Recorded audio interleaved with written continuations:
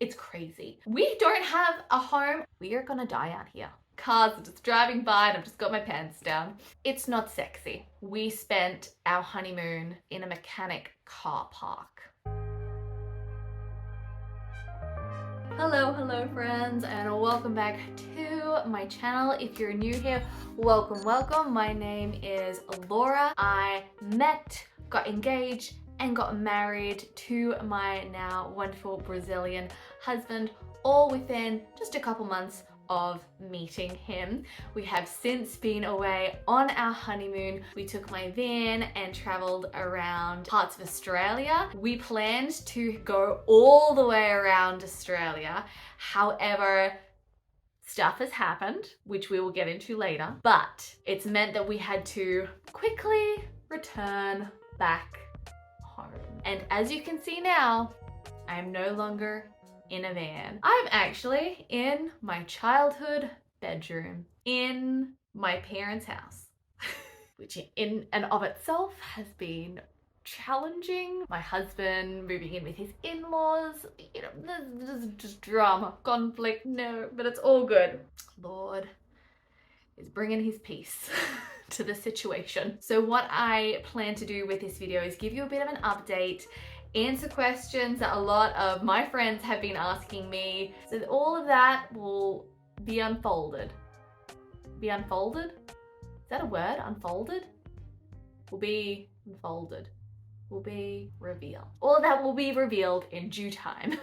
All right, enough rambling. Let's dive straight into the questions and give you guys a little update on where we are today in our married life. Question number one, how was the honeymoon? Well, it was not what I expected. I don't know why I had such grand expectations. Actually, I do know why. The reason why we took my van and traveled around Australia and that was our honeymoon was because that was actually my dream since I was a kid. Because that's what my parents did when they got married. And I remember growing up, hearing the stories from my parents and going, that's what I want to do. When I get married, I'm going to get a van and I'm going to travel around Australia with my husband. However, I don't know if you've been vanning before, but it's not glamorous. Camper vanning life, it's not sexy, like at all. Because there are so many times you just need to pee and there's no toilet. And you're on a highway, you just have to stop and pee on the side of the road. And you're like, there's my husband, my new husband, and we're on our honeymoon. And cars are just driving by and I've just got my pants down. We're going some days without showers and we're buying some wet wipes and trying to stay clean. It wasn't the most attractive of honeymoons. We definitely weren't like sipping margaritas on the beach. It was memorable. It was an experience. Would I recommend it? Yes. Perhaps not as a honeymoon. We walked away with a lot more knowledge and a lot more closeness than I ever thought we could have. But no, overall it was really fun. And like it was beautiful as well. Like we saw some stunning things and saw some beautiful national parks. So it wasn't all bad. You know, we've been married for just a bit over 6 months now.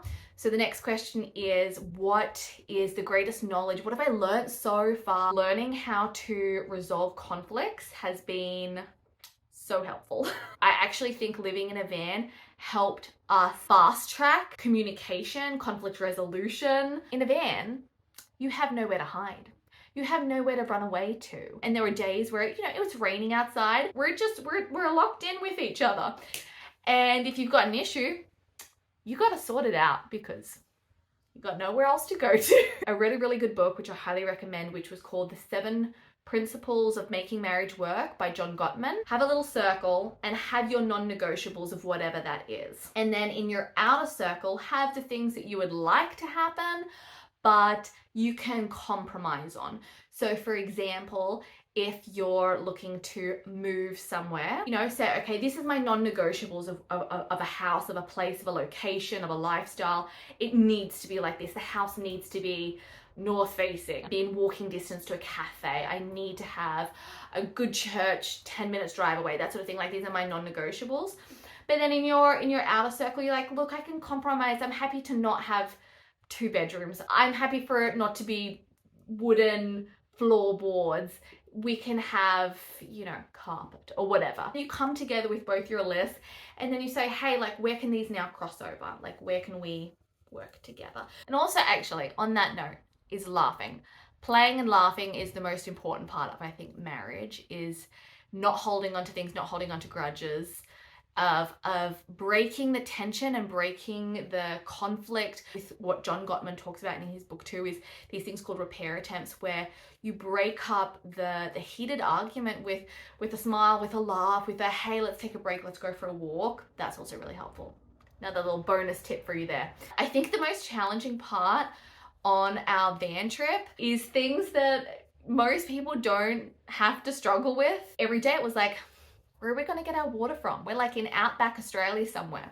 Where are we going to sleep? You know, we're running low on food, and hey, we're like 100 kilometers from the nearest town, so we need supplies. Coming back to live with the in-laws, that's actually definitely been a pro, is you're like, oh, I need to go to the toilet.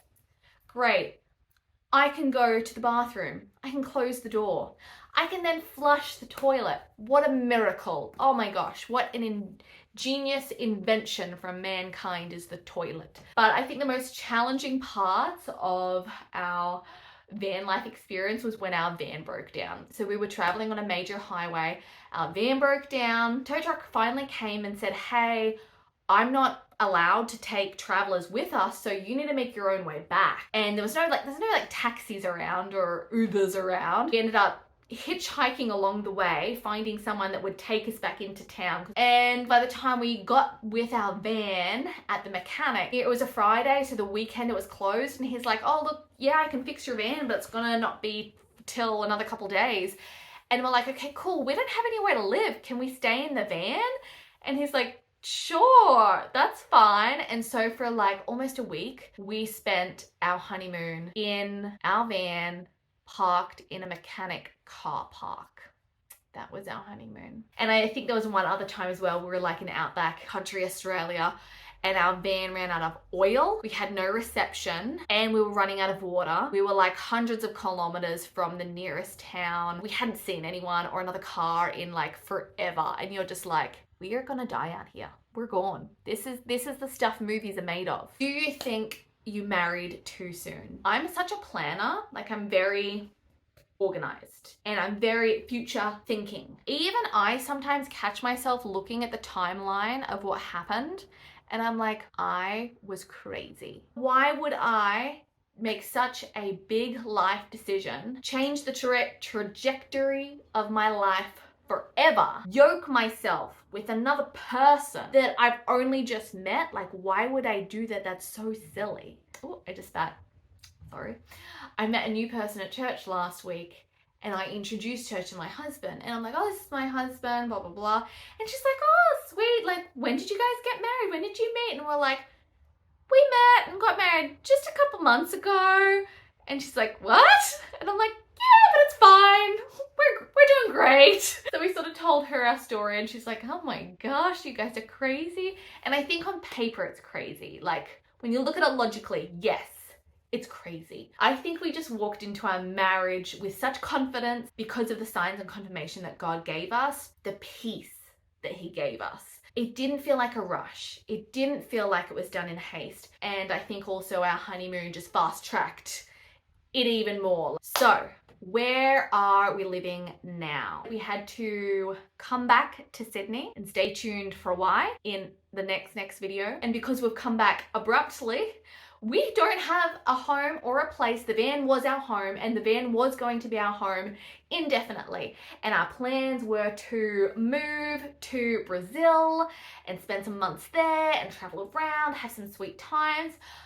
But that is not happening at the moment. Anyway, we still have plans to go to Brazil. We really want to see his friends and his family that couldn't make it to the wedding. Like, that's still happening. I'm still learning my Portuguese. We've moved back in here just for the time being until we find a place of our own that we can settle down in. You know, it's hard for my husband because he doesn't know the rules of the house, if you know what I mean. I understand you only put the milk here and you don't put the milk over there. Otherwise, people can get upset.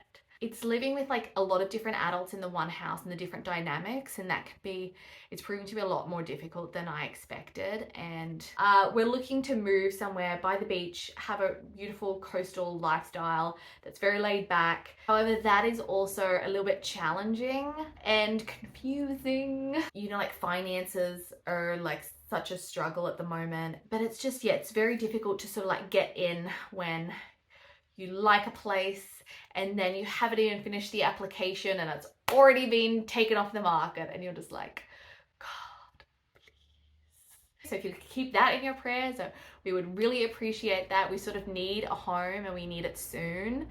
We need it now.